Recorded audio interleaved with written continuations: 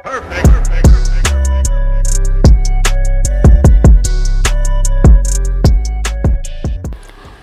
Everyone, this is Mamata Nikhilesh. Welcome to my channel. So ఈరోజు నేను వచ్చేసి చికెన్ ఫ్రై చేయబోతున్నాను. సో చాలా సింపుల్గా, చాలా ఈజీగా, అండ్ చికెన్ ఫ్రై అంటే కంప్లీట్గా డ్రై లేకుండా మనకి అన్నంలో కలుపుకునేలాగా ఉండేలాగా చేస్తాను అన్నమాట. సో ఎలా చేస్తాను ఏంటి అనేది చూసేద్దాం. మొదటగా ఆయిల్ వేసుకోవాలండి. ఒక 4 టేబుల్ స్పూన్స్ అంతా. మనకి చికెన్ ఫ్రై కాబట్టి కొద్దిగా ఆయిల్ ఎక్కువ పడుతుంది. తర్వాత ఇందులో ఆనియన్, కరివేపాకు, కొద్దిగా పసుపు వేసి కలిపేసుకోవాలి. ఈ ఆనియన్స్ అనేవి కొద్దిగా ఫ్రై అయిన తర్వాత ఇందులో మనం వాష్ చేసి పెట్టుకున్న చికెన్ ఏదైతే ఉంటుందో చికెన్ వేసేసుకోవాలన్నమాట. సో చికెన్ వేసేసి మొత్తం మనకి తాలింపు అంతా చికెన్కి పట్టేలాగా కిందికి మీదికి కలిపేసుకోవాలి. ఎందుకంటే మనకి చికెన్కి ఆయిల్ పడితే మనకి స్టిక్ అవ్వకుండా, అతుక్కోకుండా ఉంటుంది. సో మొత్తం ఈవెన్గా కలిపేసుకోవాలి.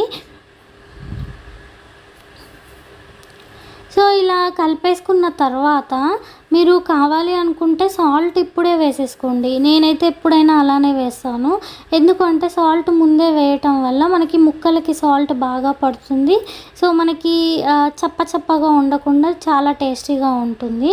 సో నేను ఒక 2 టమాటోలు, మీడియం సైజ్ టమాటోలు వేస్తున్నాను.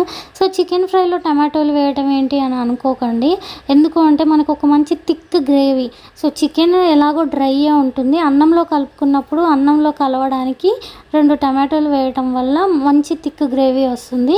సో ముక్కలకి సాల్ట్ మంచిగా పట్టాలంటే ఇప్పుడే స్టార్టింగ్లోనే వేసేసుకోవాలి.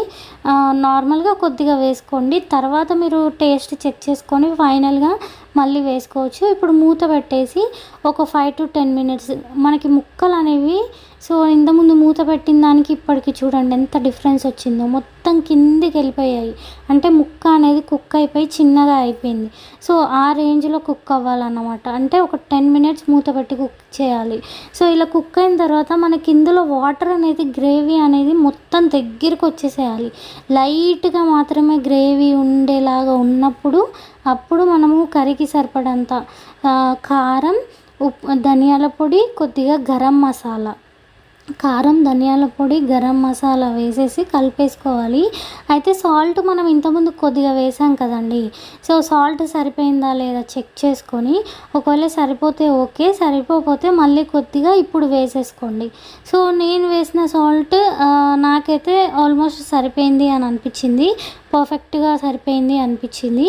నేను అందుకే మళ్ళీ వేయట్లేదు. ఇంకా ఈ ఉప్పు, ధనియాల పొడి, మసాలా ఇవన్నీ కుక్ అవ్వాలి కదా.